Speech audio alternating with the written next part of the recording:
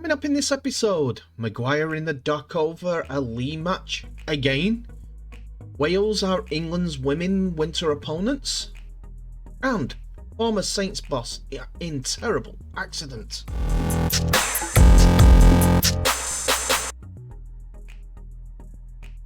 Hello everybody and welcome back to the channel. Hell Dominance, Anthony here.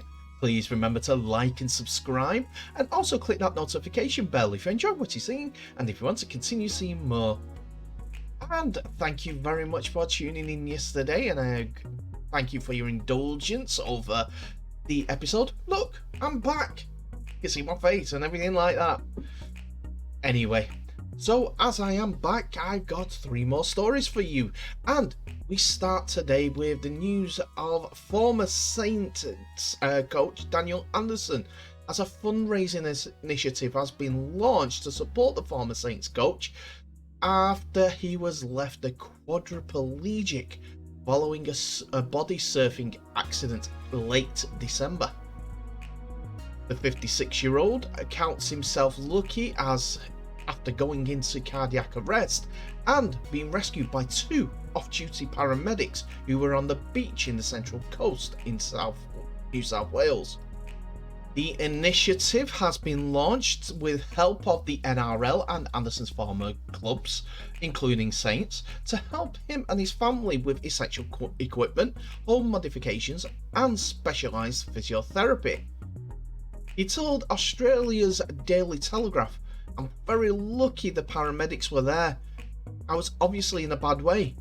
If they weren't there, who knows how it would have finished up." A former school teacher who started his NRL career with the New Zealand Warriors before coaching the Kiwi international team, Anderson was hugely popular at St Helens, where he arrived in 2005 following the sacking of Ian Millward.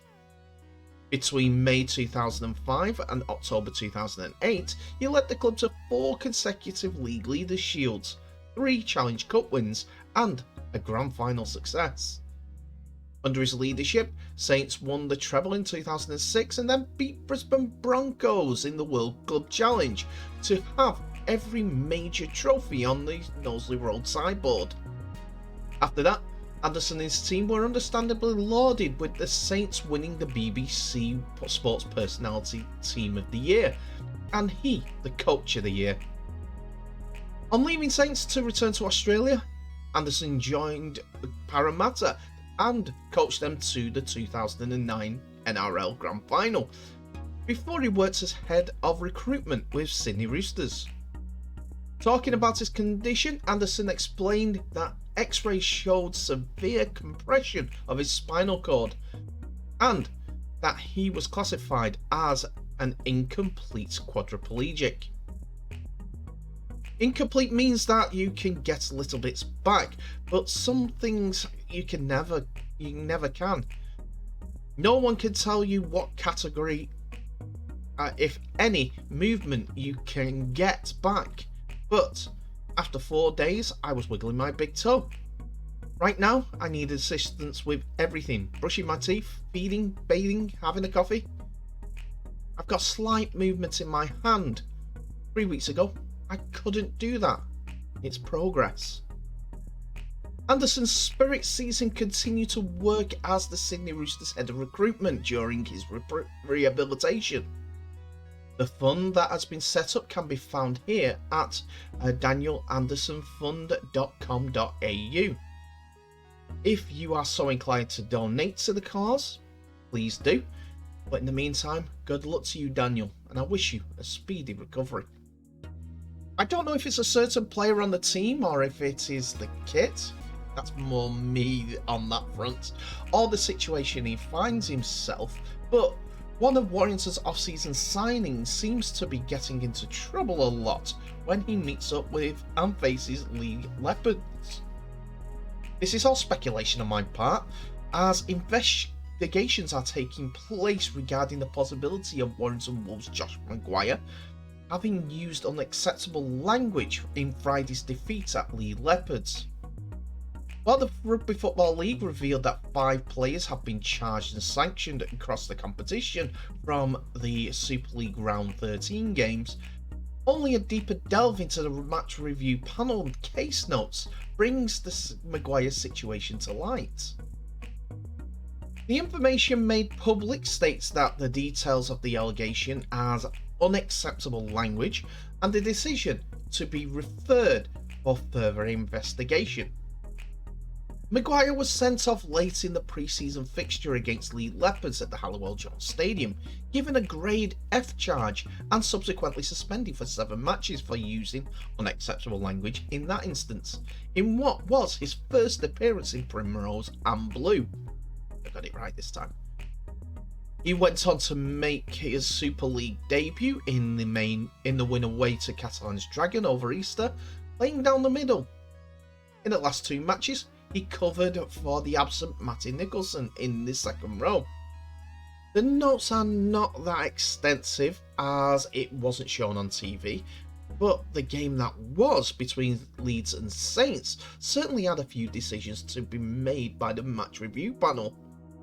Sam Walters, tormentor-in-chief of the 4 Leeds Rhinos, was referred to the panel due to his aggressive play, but that was all it was determined as the panel took no further action stance, which is fair in my opinion, to be fair. But 4 other players were hit by bans and fines. James McDonald of Leeds got a grade D punching on Johnny Lomax and received a 2-match penalty notice. Sione Matauti was cited for a grade A dangerous contact. Suato Su of Hull KR got a grade A raising a knee for a tackle charge. And King Vuni Yayawa of Sofa Red Devils got a grade B high tackle. There will be some that miss games, but others won't, but all have to pay a £200 fine for their indiscretions during this round of games. It's going to be interesting to see what happens with the Maguire situation, as if it's his second one making that the same sort of language as before. Hopefully it was misheard and not really that sort of comment. Then if it's not, shall we say if he has done it, then it will be a longer ban than 7 matches. That's more than half a season missed. Anyway, we'll have to keep an eye on that. The match review panel will be about Thursday, so we should hear that, or if not, ban or not, should we say, in the coming days. England's women will return to action this autumn against Wales at Headingley Stadium on Saturday the 4th of November, part of an international double-header which also features the 3rd test match of the men's series against Tonga. England's women's side played 2 matches at Headingley during last autumn's World Cup, attracting a record crowd for their opening fixture against Brazil, before returning to beat Papua New Guinea and secure a semi-finals place. And having successfully returned to action with a 64-0 victory over France at Warrington in April, head coach Stuart Barlow's squad will now face a Wales team who have made a rapid stride over the last 2 years, largely built around the players from Cardiff's Demons team, who themselves have qualified for the quarter-finals of the Betfred Challenge Cup in their first year in the Cup's competition. November's fixture will be the 7th time England's women's played in front of a home crowd since 2020, evidence of the continuing development of the women's game internationally since the England's team played its first game in 2007. England's women's head coach Stuart Barlow said, "I'm really pleased that we can confirm a fixture against Wales in November. It will give the squad another opportunity to get on the pitch and represent their country in front of a home crowd. It's important that we have regular international fixtures so that the squad can continue to challenge themselves, and it also means that any player not currently in the England setup knows that there is a game they can aspire to be a part of." Cardiff Demons are fantastic example of how rugby league can be in Wales, and I think it is important that as a nation we continue to support this by arranging international fixtures so that they can have the opportunity to test themselves as a team. A sentiment that seems to be echoed by Wales head coach Thomas Brindle, as he adds, "We really are looking forward to the challenge. It will be the third time we've taken on England and another chance to showcase the significant development of league in Wales since our first fixture back in 2020. We are an ambitious team and challenging ourselves is a key part of the development process. Playing against one of the best teams in the world is a vital step on our journey. Headingley is a fantastic stadium, and we're grateful to England Rugby League and RL Commercial for asking us to compete again, as it allows us to inspire more rugby league participation across Wales and continue the rise of international rugby league.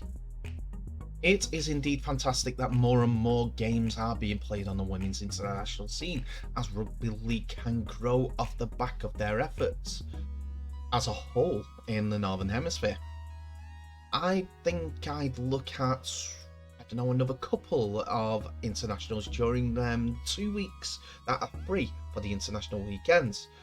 For instance, during the first game, I'd have England playing someone like Ireland or Serbia if they have a women's team, France again. Just have the England's women going through and saying, we want to help these teams develop. And the best way to do that is have them play games against us, so that they can aspire to our level or even try to surpass. It's the stepping stones to get us in the right frame of mind. We need those sort of initiatives to go ahead, as rugby league does need a boost in its arm. And a bit of confidence after the World Cup is moved away from France. And that's it for another episode, ladies and gentlemen. Thank you so much for watching. Please remember to like, subscribe and share this video worldwide, as well as clicking on that notification bell for any updates on new videos that may be coming your way in the very near future. Tell me what your thoughts are on today's episode in the comment section below, as it's open for business and you, me and everyone else can have a good Discord. I'm also doing that on my Held Dominance Facebook page. Get invites to the page, or ask to be invited to the page. I will accept, and there's a chat on there already talking about the Rugby League World Cup. Get involved. I will respond as soon as I get those messages. Quickest way. Anyway, thank you so much for watching. Please remember again to share this video worldwide, and I'll end the episode as I always do by wishing you all the very best.